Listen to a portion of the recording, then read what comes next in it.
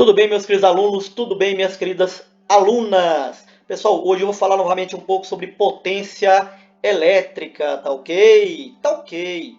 Potência elétrica é definida como a rapidez com que um trabalho é realizado, ou seja, é a medida do trabalho realizado por uma unidade de tempo. Pessoal, potência é trabalho dividido pelo tempo, tá bom? A unidade de potência no Sistema Internacional de Medidas é o watt, é o W, tá? Potência em watt significa joule por segundo. Trabalho em joule, tempo em segundo. Então, watt é um joule por segundo. Tá bom? Bom, eu já mostrei para vocês também que a fórmula da potência elétrica é o π, né? Potência é igual a corrente vezes a tensão elétrica, a DDP. Potência em watt, I é a corrente elétrica em amperes e U é a diferença de potencial ou a tensão elétrica em volts. Muito cuidado para não confundir potência watts com tensão elétrica em volts. Pessoal, lá na tomada da sua casa, muito provavelmente, está lá 220 o quê?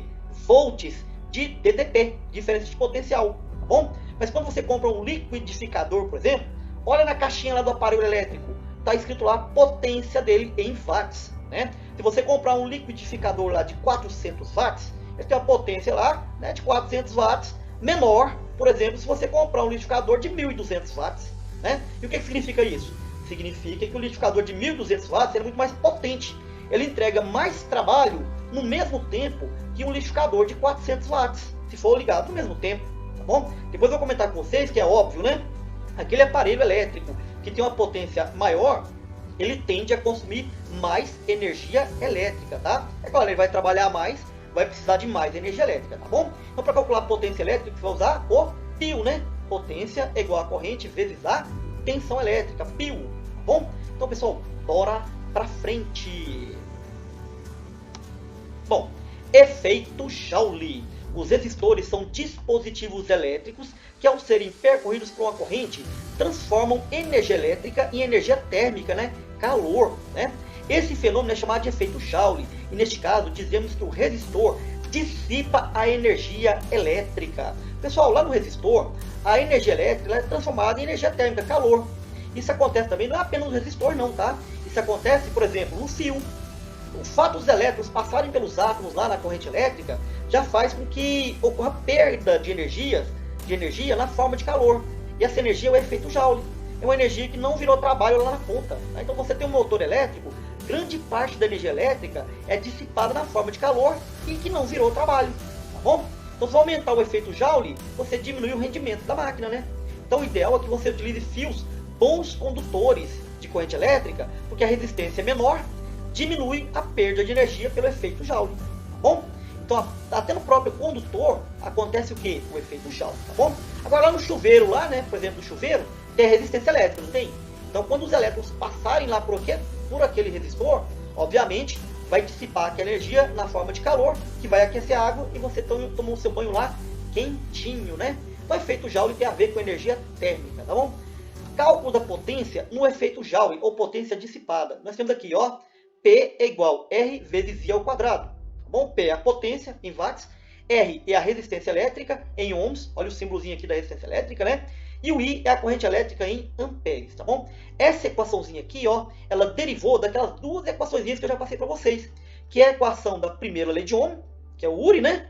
E da equaçãozinha do π, que é de potência elétrica, tá bom? Então essa equação aqui relaciona a potência com a resistência e a corrente. Nós temos também essa outra equação que também derivou daquelas outras duas. Potência é igual a tensão elétrica ao quadrado dividido pela resistência elétrica, tá bom? Potência em watts, DDP em volts e a resistência em ohms. Então, essas duas equações aqui relacionam a potência elétrica com a resistência e a corrente, e a potência elétrica com a tensão e com a resistência.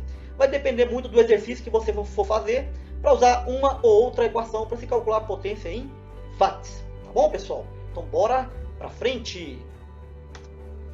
Cálculo da energia elétrica.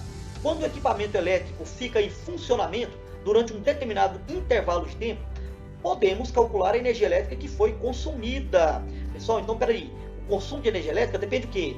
Depende da potência do aparelho, né? E do tempo que ele foi usado.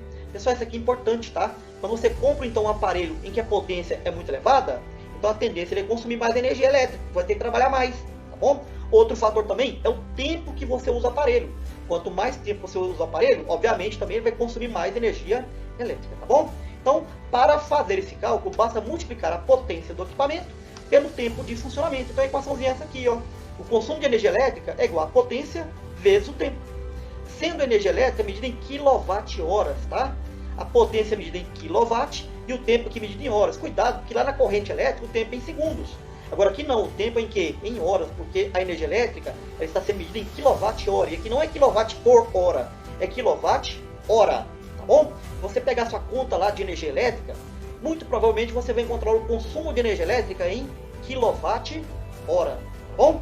Bom, no cotidiano é muito comum o valor da energia elétrica ser expresso em kWh, então kWh. Bom, lembrando que a palavra quilo ou a letra K significa 1000, tá?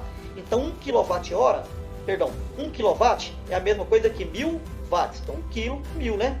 Uma hora tem 3.600 segundos, tá?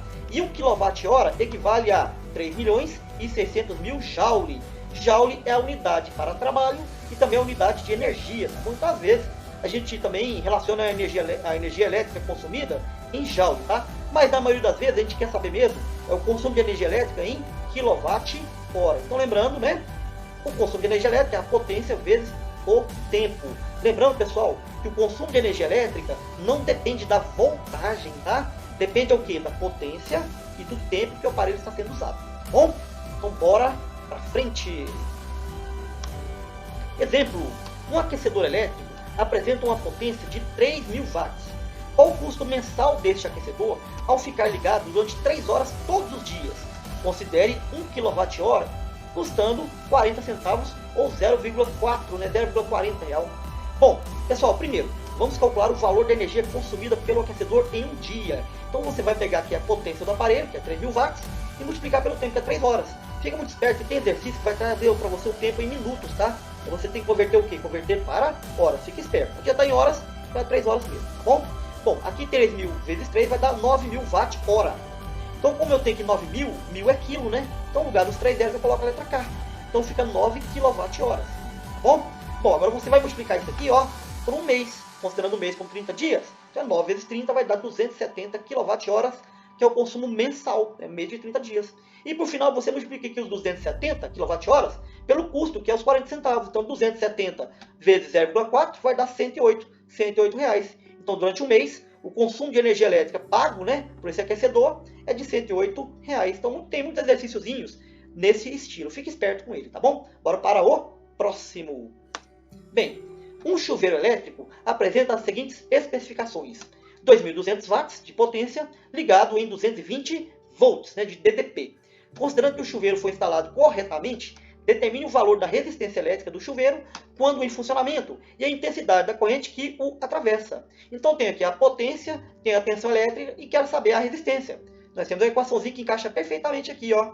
Potência igual a DDP, tensão elétrica, né, ao quadrado, dividido pela resistência. Como eu tenho a potência, que é 2.200, tem a tensão, que foi ligada a 220 volts, não esqueçam, tá? Eleve ao quadrado. E eu quero saber a resistência? Basta multiplicar cruzado aqui, tá? Eleva ao quadrado, divide por 2.200, você vai encontrar a resistência lá de 22 ohms. Então essa é a resistência do chuveiro elétrico, tá? Que é o vilão, né, do consumo de energia elétrica. Por quê? Porque ele tem uma potência elevada e tem gente que toma banho aí durante 1 hora. Então é óbvio, né? Vai consumir muita energia elétrica, vai pagar mais caro por isso também. Tá bom? Agora, se eu quiser calcular a corrente elétrica que está passando pelo resistor lá, P é igual a R vezes I ao quadrado. Potência é igual a resistência vezes a corrente elétrica ao quadrado, né?